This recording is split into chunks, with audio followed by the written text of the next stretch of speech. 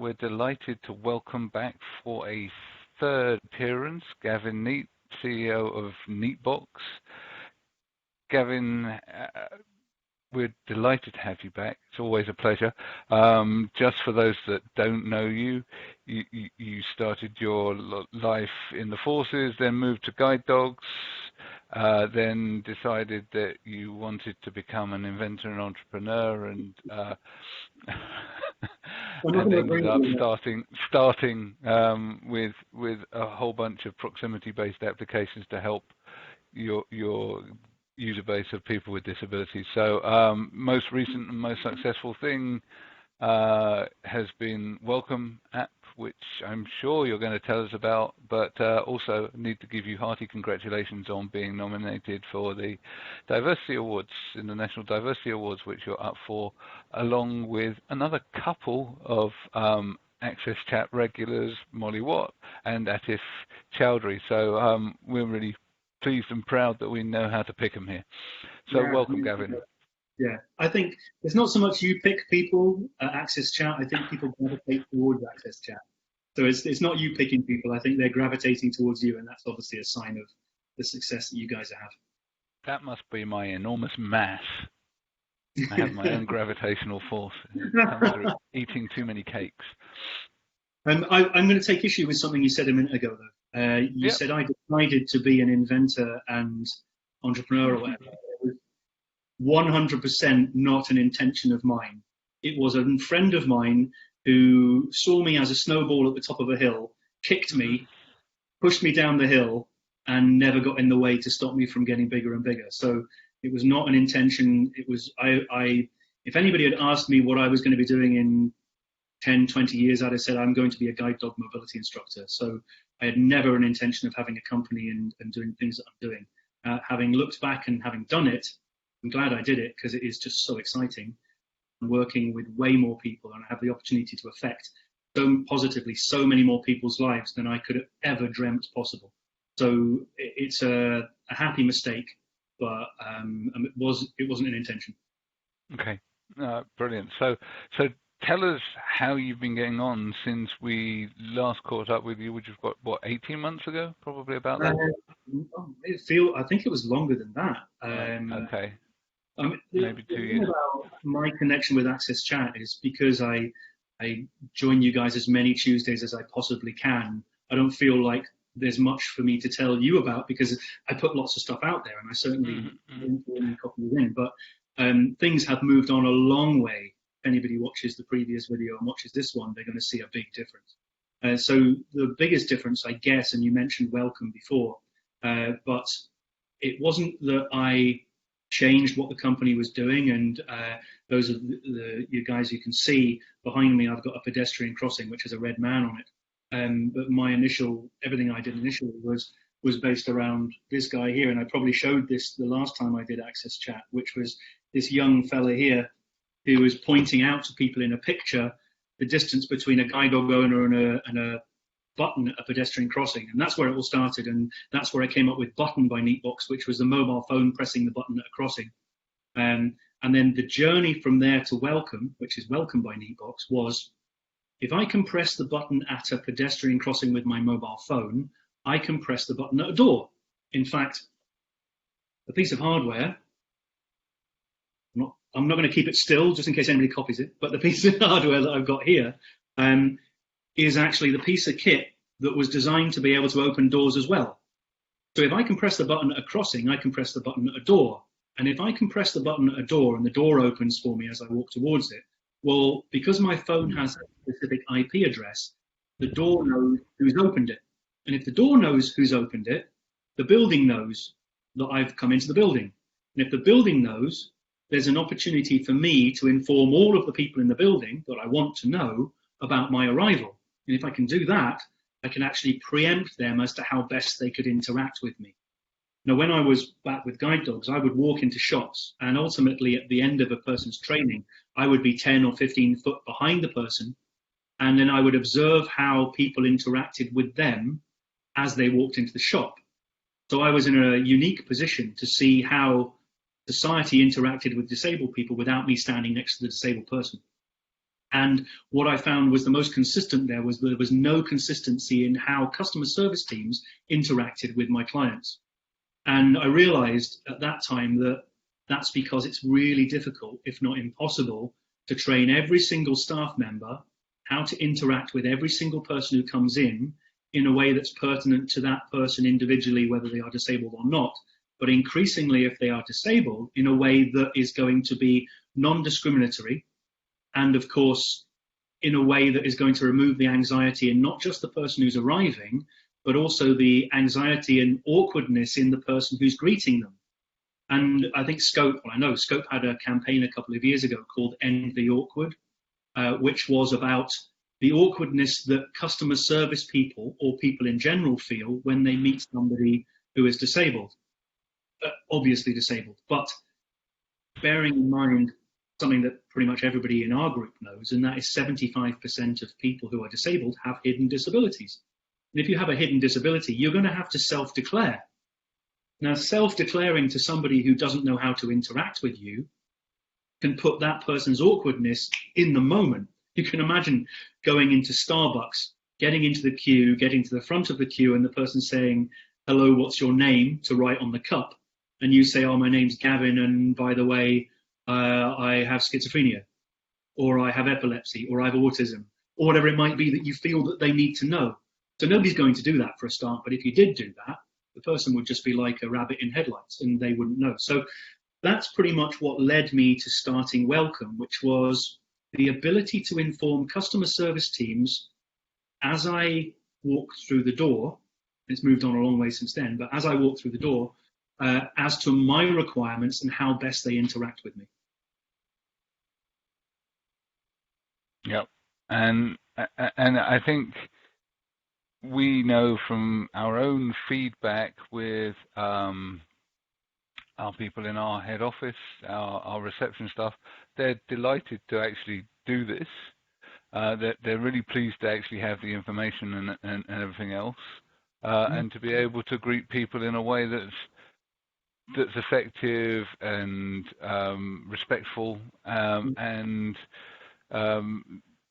reducing their anxiety about dealing with those individuals. So one of the nicest stories, Neil, sorry to interrupt, one of the nicest stories we had was actually at your head office, where your admin manager was using the system for the first time, and she got the overview that people get, and she got the top tips, and I said, right, you're going to be meeting a chap who's going to be arriving 3 floors down in a couple of minutes' time. Here's his name, he's a guide dog owner. I want you to put all these things into practice. And she read it, and she left us, and she was shaking like a leaf, because she'd gone from unconscious incompetence into conscious semi-incompetence, because she kind of like, oh my God, this is really nerve-wracking. And she came up, she met him, put it into practice, gave him sighted guide, took him to the room where he was having a meeting, got him a cup of tea, didn't talk to his guide dog, which was quite amazing when you consider, came back to us, and this time she started talking again. She was shaking. I'm getting goosebumps thinking about it. That's my payment. I love that. And she was saying, I've never been more frightened and nervous, and yet I've never been more exhilarated at actually having delivered a service. Yeah. I buzz every time I hear that. Yeah, no, and it's great, although we do have to re-educate her not to talk to guide dogs. No, she didn't. No, I'm talking re-educating. They need to use the system. They would remind her. I get that. No. Yeah, that's so important. So important. I know. It's just, it's a temptation, isn't it? We're all dog lovers. Yeah, go on, Antonio. I know you've got a question. So, no, we have been talking about in the relationship that you and how we can improve customer service, but we have been looking at a perspective of consumer services. But I know that it's also possible to use this for business, in business to business, when someone is visiting someone else's site. Can you elaborate on that? What type of work you have been doing also in that space? Yeah, and you make a great point there, and we added to that recently. So yes, you could be going into a shop or a train station or an airport, and there's somebody whose job it is to give better customer service. But equally, if you go into, somewhere like Regis or WeWork or an office block or a building like yours, a receptionist is there. And that person can be talking to a member of staff as much as they could be talking to a visitor to the building. And when it comes to members of staff, increasingly we need to be aware of maybe neurodiversity within our workforce. We need to be aware of hidden disability within our workforce. We need to take into consideration that person's needs, but we also need to encourage our workforce to feel that it's not a negative and it's not going to be looked at as a negative if they declare that they are living with a particular condition. Because ultimately, every day they're getting to work and they might be having friction in their working life, which causes eventual stress. And if they were able to openly say, yeah, I have autism, or yeah, no, I have dyslexia, or whatever it might be, if they can openly say that and they know they're going to be met with somebody who goes, no problem, we're going to change the way we do things in order to accommodate that, then we have a better workforce. So we did that, and we are now increasingly using it as a training tool within organizations, so that not only do you don't have to be using the system, but you could also have somebody using the system the day before and it gives service to everybody. So it's like a staff training tool. So that's really useful. But where we're having crazy success right now, banking. Banking has an entire department called vulnerability, and they recognize that vulnerable customers could be people who are disabled, but anybody working with money where there's mental health and challenges around having difficult conversations, that area can be incredibly challenging for people. So banking has been a massive step for us. Royal Bank of Scotland have now invited us to install across the UK. And beyond that, and this is where I got particularly excited, they asked us where we wanted it. And we asked our users, where do you want it? They all wrote to us, and we gave that list to the Royal Bank of Scotland. My God, that's societal change, empowerment. The definition of charity, and charities do amazingly good work and have done for hundreds of years, but the definition of charity is provision of services or financial support to those in need or needy. And when we empower people, we remove the need. We remove the need for charity because the person no longer needs charity because they have the same rights and equalities as everybody else to find work, to be employed, to have the life that they want in a way that has been where the barriers have been removed. Now, when the barriers are there, of course, there's a need. And I don't want to diss this and say the end of charity, because we're always going to need it, and certain areas will always need it. But I think the societal change that comes when you have this initial greeting of two people, meeting of two people, when you start realizing that if we change, we welcome people into the world that everybody lives, then that's the secret to this. And I think that's probably the important thing about what we're doing with Welcome. Fundamentally, even though it is a piece of technology, the very ethos of it is when one person meets another person and they both already know that they don't have to bang their heads together in order to find common ground. When two people meet, could meet a total stranger, but if somebody said you had a little bit of information like their name and where they were from and what their passions in life were, and you met them and you'd never met them before, you go, hi, Brian, you love basketball, don't you? I love basketball. Now that moment, if you can engineer that through technology, you've changed how we interact as humans. I walked onto the bus the other day and I walked up past 10 people with staring into my phone, but knowing there was about 10 people. And I thought, if I knew every single person on this bus, I would walk past each person and go, Mike, John, Mrs. Smith, how's the kids? And by the time I got to the back of the bus, it would be a very different feeling on the bus. And I'm not saying we're doing that on buses, but if I walk into any building and the person at reception knows my name and knows how best to interact with me, I have a very different feeling towards the world I'm living in. Something that I found particularly interesting is the fact that they are rolling out that across the country, and they asked you to where's the best place to add it, because sometimes we see one-off situations. Oh, we have a site or a location here that is accessible, and then there's a group of people that can go to that place and then basically accessibility is ignored basically almost everywhere. So Yeah. it's really interesting that, because I think that that states also an element of trust, because it means that they are really committed to bringing that to their customers, and we don't see that often, and I find it particularly interesting.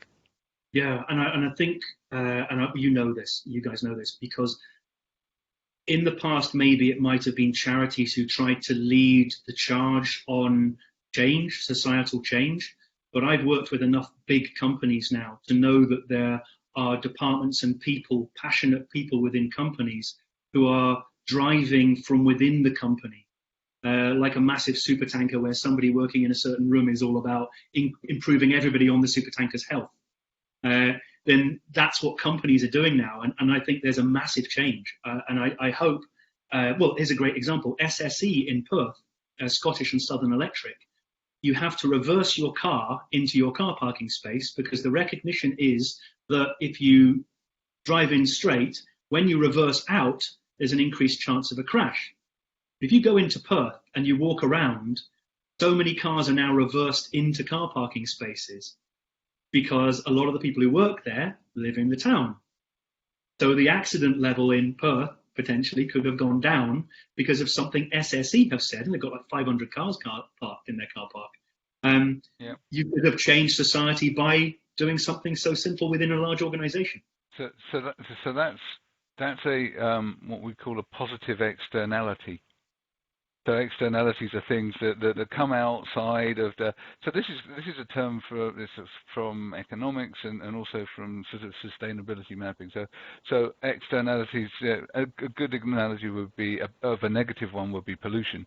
So when you produce something or you take an action, there are also sort of unintended or unaccounted for other consequences, and those are called externalities. So in this particular case, the positive externality of their policy is that they're also reducing accidents rates in their locality, and I'm very interested in externalities in general, because inaccessibility is often an externality of the production and planning process. So it's not, externalities aren't necessarily negative. They're just not figured into the planning at the moment. So it's good to measure positive ones as well as negative ones. So the stuff that you're talking about is all of the sort of the positive upside externalities, and we need to measure them as well as the bad things, so that we can get that kind of balance right. I'm actually very keen in applying models around externalities like we do for pollution and sustainability to looking at societal sustainability and finding ways of rewarding organizations and rewarding innovation, etc. So I think that, you know, we ought to be treating inclusion a bit like we're treating sustainability, because it's societal inclusion, and we're sustaining society in the same way that we're sustaining the planet. The analogies and everything else are the same. What we still need to work on are things like, how do we measure this? What are the metrics? Because it's easy to measure something physical. So carbon emissions, stuff like that. There's a way of counting that, right? It's harder to count inclusion, or it's harder to count exclusion, because different people are going to be included or excluded in different ways, because that's the nature of the diversity and disability, that we experience different exclusions and different difficulties or different strengths depending on the way that we're made up or the way that we've encounter impairments, etc. It's a really interesting point. It's a small company, so we don't have the ability, we weren't driven by data, but data like an aircraft flying across the sky is going to leave trails, vapor trails. Yes. Well, we're leaving lots of vapor trails just purely by what we're doing. But when people use our system in some of our venues, so House of Fraser, Jenner's here in Edinburgh, they have the system, the Ewan's Guide, which is the biggest review site in the UK. Yes. Well, when you leave a review on Ewan's Guide, it's created data. You've created the information. So before we installed with Jenna's House of Fraser, every single review on Ewan's Guide was under 2.5 stars. In fact, there was a couple 0. We installed, and every single review since then has been 5 stars in retail, which is remarkable. But the people who are using it we're pushing them in a lovely way towards reviewing on Ewan's Guide. So we then see the data, physical data of how different is your life after this has been put in place, without us actually having to do anything. We just say, review it here, and people then review what they've seen with Welcome. We've had amazing reviews across all of the things that we've done. So we're able to see just exactly how positive that change is for people. And with the staff, we're hearing staff members say, I now pass that on to another member of staff. So other members of staff know it, even though they don't know the system, they're still learning from them. And we hope, and this is where it becomes unrecordable, that day when they're going home and they meet somebody on the street who's visually impaired and they want to help them, they go up and say, hello, my name's Mike, can I help you across the street? Instead of, all right, mate, help you across the street? They know it was Mike. So yeah, we're hoping that societal change can happen. Excellent. So, Gavin, from talking with people that are using the app, could be someone that works for a shop, for an airport. What type of insights do you have in relation to how the fact that they are now using this app and having this type of experience, how are they applying this type of knowledge in their life, even outside work? How is this changing them? So we can't record that, quite obviously, but the doorman at Jenna's, sort of taking it back for a second, when I met a lady back in November last year at a Muscular Dystrophy UK workshop, and afterwards, after I'd done my presentation, she came up to me and she said, this is amazing, how can I get involved? And I said, well, just be yourself. If you're doing social media, talk about it, just use it, visit the venues and things. Well, she went out and she started up her own Facebook group called Welcome App Chat, WAC, Welcome App Chat. And she made it a closed group, and then people started joining the group, and people then who would join the group would invite other people, and then they had to say where they were having issues and things like this. And a lot of the people who were members of the group are pan disability. So it became a group that was made up of people who were visually impaired, hearing impaired, wheelchair users, cerebral palsy, people with autism, a whole different group of people. And they were all communicating within each other. But then we started getting people who were using the app as a business joining the system. So Robin, who's a doorman at Jenna's, is now a member of the group. And he's learning about disabilities as part of this group. Also, my account manager from Scottish Enterprise is now a member of the group. His daughter has a hearing impairment, but he suddenly is now aware of wheelchair ramps and things like this. And that is what I absolutely love about it. I don't own it. It was owned by Kim. Kim started bringing people together. Society in that little microcosm of Welcome App users, which is pan disability, is not just pan disability. It's now able-bodied people or able-minded people, and they are coming together and they are finding out more. Now, if that group grows and we have more dots of these groups all over the place, we have people who aren't just siloed and arguing for their situation. We have people who are saying, well, actually, the ultimate is when somebody says, I'm a wheelchair user, but do you know what? I'm a visually impaired person, but this wheelchair ramp's rubbish. God, can you imagine looking down at a group of people marching along a street and not knowing what they're marching for by purely the makeup of their group? You get there and you go, wait a second, I'm seeing a wheelchair user here, I'm seeing a black person here, I'm seeing a person in a hijab, I'm seeing somebody, whatever it might be, and you just think, these guys are all arguing and shouting and advocating for a group that isn't them. That's the future. That's inclusivity, I guess. That's equality. That's where we're all, as humans, all arguing for other humans to have a better share of the world, because they're doing the same for us. Yeah, no, I think it's great to, and I've been watching what Kim's been doing, because obviously she's a fantastic advocate for your product and the benefits that it's brought to her. I think that the companies that have implemented what you've done are also benefiting, because RBS are getting loads of free publicity out of Kim as she keeps going to visit the bank. So our users, and we have quite a few users. We've got 2,000 downloads now, and Kim loves it. Yes. If Kim wants to go out and tell people that she loves it, and it's free, so why the hell not? So, I think it's fantastic, and I think that that kind of user advocacy is very, very powerful. The fact that you've also got this group of people that are giving you that precious user feedback is also really valuable for you, and the fact that it is pan disability as well helps your development and your inclusivity beyond the taking the advice from the different disability persons organisations. Although we involve them as well, because I know you do, because you were already doing that, but it's just adding an extra layer of of feedback into it. We should all be together in what we deliver. And my company is not a charity. My company is not, it's a PLC, but it's a profit for purpose. And with that becomes the ability to make money out of the businesses. Businesses make money out of using our service. People who get it for free get to go places, and we get to grow the company.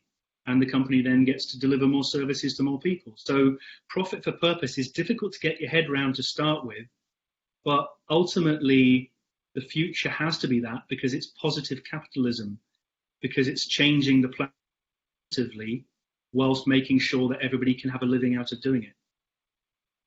Yeah, and I'm also very keen on sort of actually profit in itself is not evil. Profiting from providing a good quality service to disabled customers is perfectly legitimate, and actually it's the way to be sustainable, because the charitable model isn't sustainable. Because that is always reliant on someone else. It's always reliant on goodwill. That could dry up at any point. Whereas if you have a business, you control your own direction. You can to a certain extent, you can go out there and grow. But the charity thing's a challenge as well, Neil, because you don't know where that money's coming from. Yes, you do if it's large amounts of money, but somebody could put in £10,000 into a charity. Well, we don't know how that money was made. There's a bit of a challenge there. We can't say everything about charity is golden and halo and angels. No. Because it doesn't necessarily mean it's that. Profit purpose, at least you are saying everybody is winning out of this. And when you say purpose or profit, or being a profit-making company, we're a SaaS model company, which software as a service. We make tiny fractions of money. We have to be everywhere for us to actually make anything out of it. And my goal has never been making money, otherwise I wouldn't be doing this. No, of course, but I mean it's not about enormous riches or the Neatebox yacht, which I keep teasing you about. But one day you're going to take me sailing. It's like NASA. It's like NASA CRB has a powerboat, right? Right, yeah. Yeah, he's got a powerboat. So, but at the same time, and thank you, Microlink. We know, you've used your profit for good purpose. You keep us going as well. But it's okay. You know what? You're helping thousands of people. It's all right to make an honest living out of that. It's better than burning the rainforest, or there's so many things that make lots of money that don't do good. Why is it that doing good shouldn't make money? Let's put it. What is it about doing good things that you can't make money from them? Why is it that you can only make money from doing bad? Yeah, well, and in fact, Gavin, you are actually connecting big people that want to do business together, right? Yeah. Exactly. Well, I made less money doing this than I did when I was a guide dog mobility instructor. Okay, well, yeah, we'd like that to change, and hopefully over time it will. Is different. The mental attitude. I was working for a charity, therefore it was okay. Whereas now it's like it's not okay because I don't know. It's an interesting one, and I think we need to get our heads around it if we want to be sustainable in the future. to actually have something that grows that is sustainable. Yeah. Yeah, no, I think that yes, we do need to re-examine our kind of models of how we finance disability inclusion and stuff like that. And I think that large businesses and large organizations are recognizing the value in this, but small organizations also, and startups have a significant role to play, as they do in every part of business life, because actually it's SMEs make up a huge, and micro businesses make up a huge part of our economy. We always look to the large businesses and think that they're what drives our economy, and that's actually not the case. They're visible because they're ubiquitous, but actually it's the small businesses that are the core of our economies around the world, and helping them finding ways to be inclusive as well, where they don't have the same kind of resources, is also something that I think is important that we need to do. Well, what we've done is we have a different payment model. So large, like an airport would be, or a stadium, like Wembley Stadium might be seen as being the highest, because Edinburgh Airport alone has 88,000 people who are using special assistance. I think Heathrow has 1.5 million a year going through it. Those are the ones who say that they are disabled. And then we have a smaller model, which might be banks. And then a smaller model again, which will be an SME, which will be an independent coffee shop. And they might only pay £10 a month in order to have this system in place. A bank might pay £50 a month. But then below that, we then have charities. And charities can get it for free or a nominal fee just for the contract, so that the charity is then able to deliver service to people who come through the door as well. So we have different scales of this based on the numbers of people who are necessarily going through the door, and we don't want a little coffee shop not to be able to use our system. No, but you somehow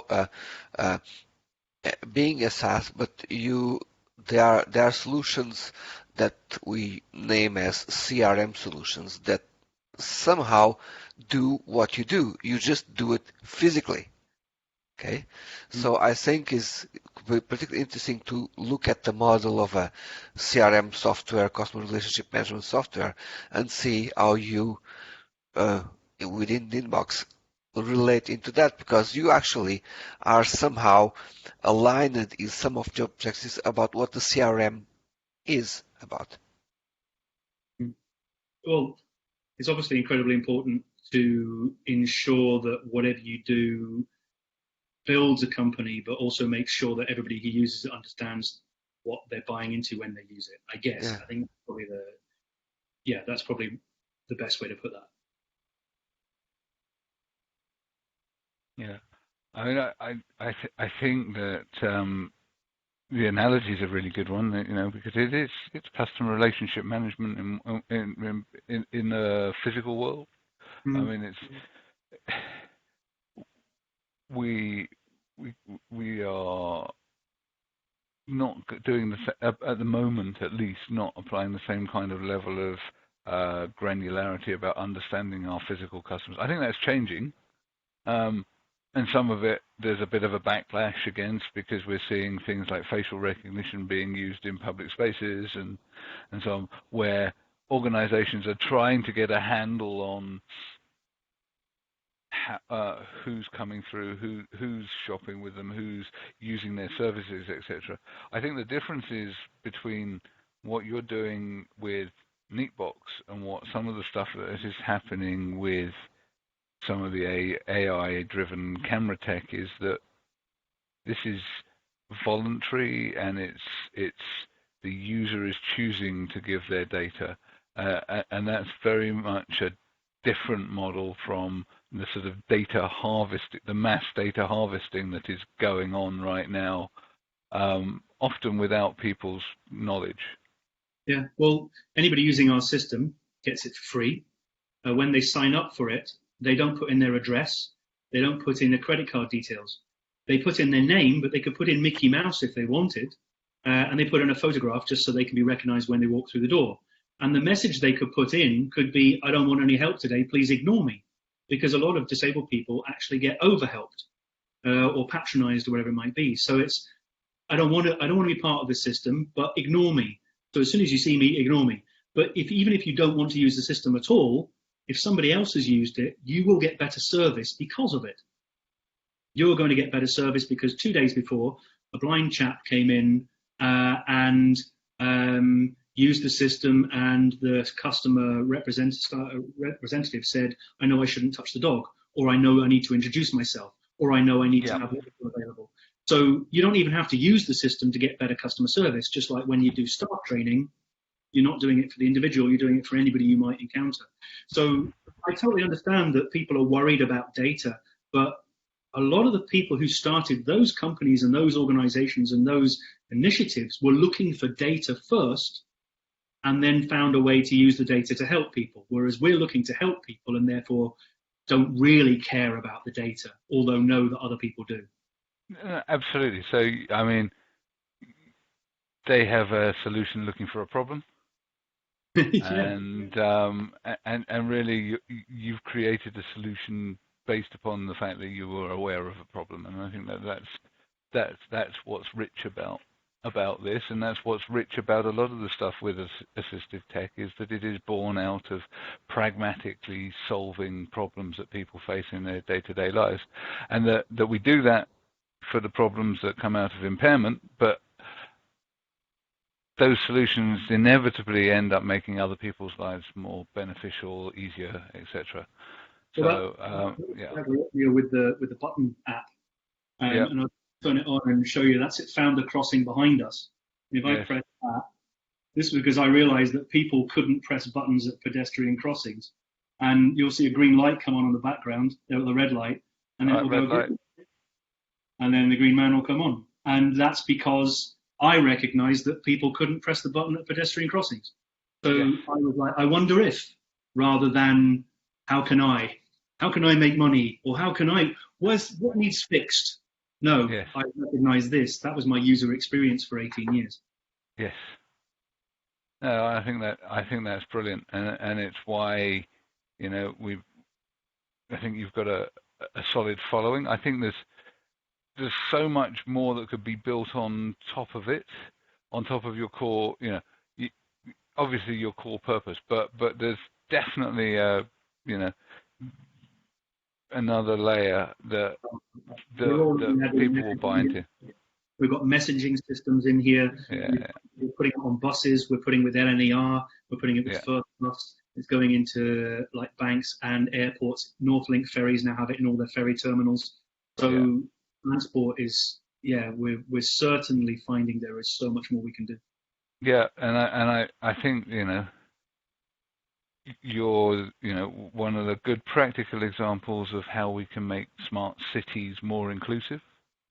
It's through location awareness, through remote access to the products and facilities and infrastructure. This is a manifestation of that. So that's why I'm such a big fan of what you're doing. I think we are pretty close to the end of our half hour. It's gone fast as usual. So I need to thank NASA and the crew from Microlink again, Barclays Access again, for keeping us going for all of this time, sustaining us over 5 years. Of course, my clear text, Elaine sitting in the background. Give us a wave, Elaine. For making sure that we're captioned and inclusive. So thank you very much. Looking forward to you joining us for a great discussion on Twitter on Tuesday. It is beyond a pleasure. I feel this is family, and I love talking to you guys. And thank you so much for having me on again. Thank you, Gavin.